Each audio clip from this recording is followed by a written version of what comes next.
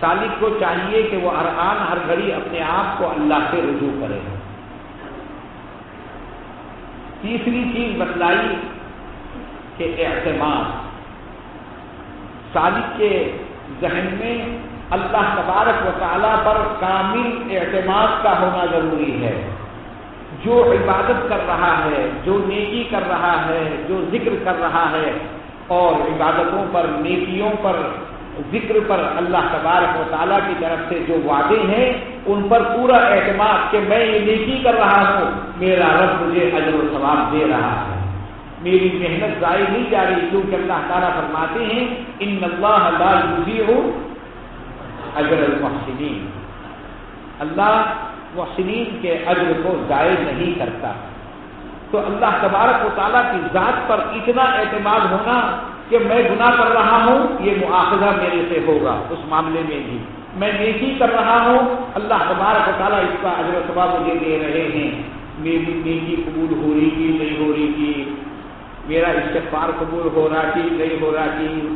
ہاں حضرت فرمایا کرتے تھے، وہ گدا پکارتا ہے نا، گدا سبق پڑھاتے وقت کبھی حضرت جلال میں آتے اور طلبا کی طرف سے کچھ غلطی ہوتی، یعنی جو سبق پوچھا گیا نہیں بتاتے، تو حضرت کو جلال آتا اور حضرت ایک طرف سے سب کو سوکھے سے پکڑتے اور سب کے سب روتے بیٹھتے تھے، حضرت بھی کچھ تھوڑی دیر بیٹھ جاتے تھے، اس کے بعد کچھ نہ کچھ چٹکلے چھوڑ کر حضرت سب کو ہنساتے تھے، پھر جیسے ہنسے کہ پھنسے پھر سبق شروع۔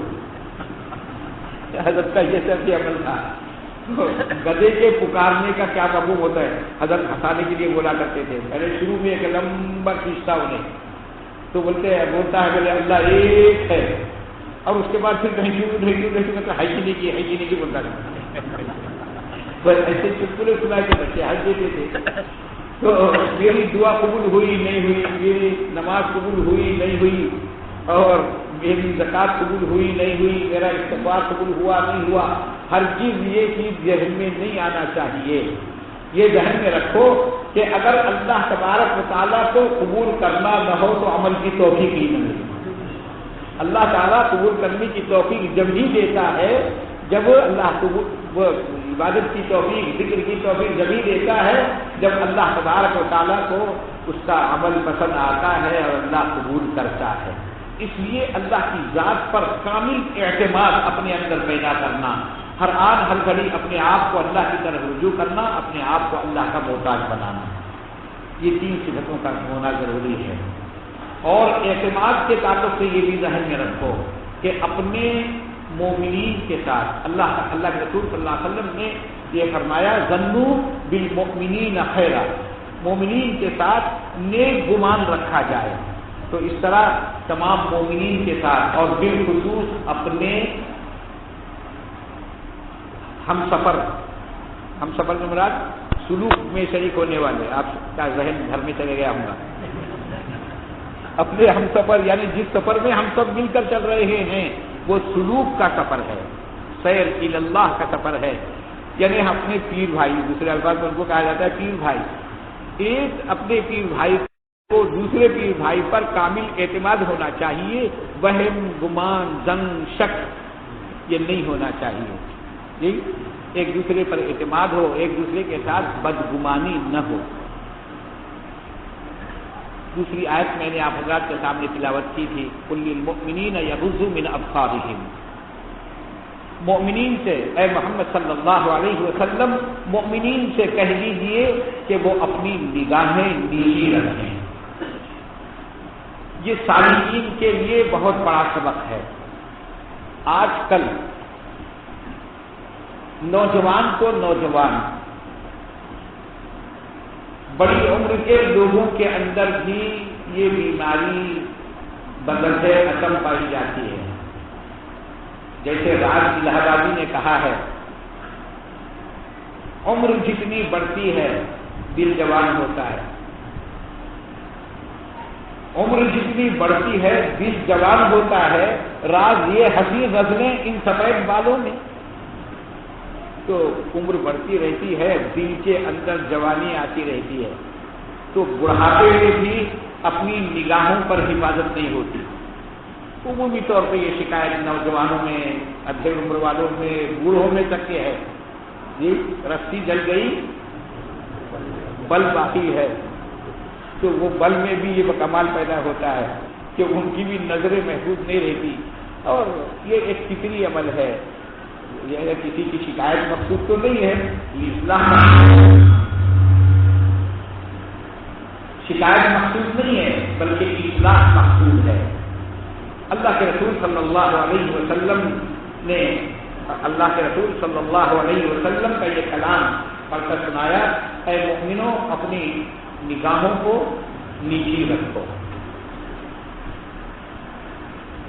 اس کے لیے صوفیہ کرام کے پاس چونکہ یہ چیز نگاہوں کی حفاظت کا کرنا، یہ چیز سلوک میں بہت اہم درجہ رکھتی ہے، سلوک میں بہت اہم درجہ رکھتی ہے، سلوک کے طے ہونے میں نگاہوں کی حفاظت کا بہت بڑا حصہ ہوتا ہے۔ جتنی محنت بندہ نماز کے ذریعے سے، عبادت کے ذریعے سے کرتا ہے، ذکر کرتا ہے، وہ آنکھوں کی خیانت کی بنیاد پر وہ سارا ضائع ہو جاتا ہے، پانی پھر جاتا ہے۔ اس لیے سالکین کو بالخصوص پوری امت مسلمہ کو نگاہوں کی حفاظت کرنے کا حکم دیا گیا۔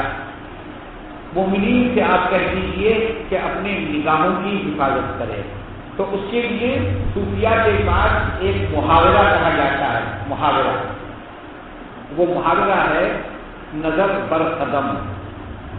کیا کہا جاتا ہے؟ نظر بر قدم، یعنی اپنی نگاہیں اپنے قدموں پر رکھو۔ جیسے رکوع کی حالت میں نگاہ رکھنے، کہاں رکھنے کا حکم ہے؟ اپنے قدموں پر، ہے نا؟ رکوع کی حالت میں اپنے قدموں پر نگاہ رکھو۔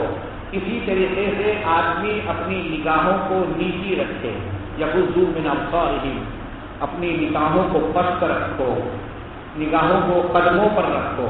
اس کو نظر بر قدم کے عنوان سے صوفیہ کرام کہتے ہیں۔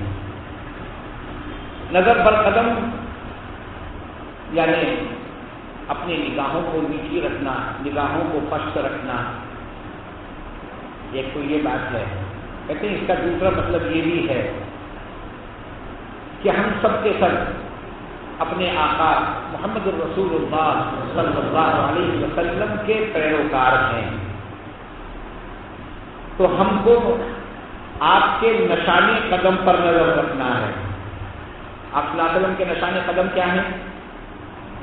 سنتیں ہیں جی، آپ کی سنتیں وہ آپ صلی اللہ علیہ وسلم کے نشان قدم ہیں، یعنی ہر آن ہر گھڑی اللہ کے رسول صلی اللہ علیہ وسلم کی سنتوں پر نظر رہے اور سنتوں پر عمل کرتا رہے، کیونکہ ہم سب انہی کے پیروکار ہیں، وہی ہمارے سب کچھ ہیں، وہی آقا ہیں، وہی مولا ہیں جی، وہی خاتم الانبیاء ہیں، وہی خاتم الرسول ہیں، وہی امام الانبیاء ہیں، ہم ان کے پیروکار ہیں، ان کی اتباع کرنے والے ان کے امتی ہیں، تو ہماری نظر آپ صلی اللہ علیہ وسلم کے قدموں پر یعنی آپ کی سنتوں پر ہونی چاہیے۔ اسی طریقے سے کہتے ہیں کہ ایک مفہوم یہ بھی بتلایا گیا ہے نظر بر قدم کا، کہ آدمی کو چلتے وقت اگر نظر وہ نیچے نہیں رکھتا اور نگاہیں اوپر رہتی ہیں، بھٹکتی رہتی ہیں، تو ذہن مستقل منتشر ہوتا رہتا ہے۔ ابتدا میں ہر سالک کا دل نگاہوں کے تابع ہوتا ہے، بات سمجھ میں آ رہی ہے؟ ہر سالک کا دل نگاہوں کے تابع ہوتا ہے، نگاہیں کام کرتی رہتی ہیں اور دل اس پر مچلتا رہتا ہے۔ نگاہوں کے ذریعے سے ہی دل کو مواد ملتا ہے، میدان ملتا ہے سوچنے کا، خیالات میں بھٹکنے کا جی، دل کو مواد نظروں کے ذریعے سے ہی، نگاہوں کے ذریعے سے ہی ملتا ہے۔ اس لیے نگاہیں اگر نیچی رکھی جاتی ہیں تو ذہن منتشر نہیں ہوتا بلکہ ذہن میں قرار ہوتا ہے، ذہن میں انتشار نہیں ہوتا۔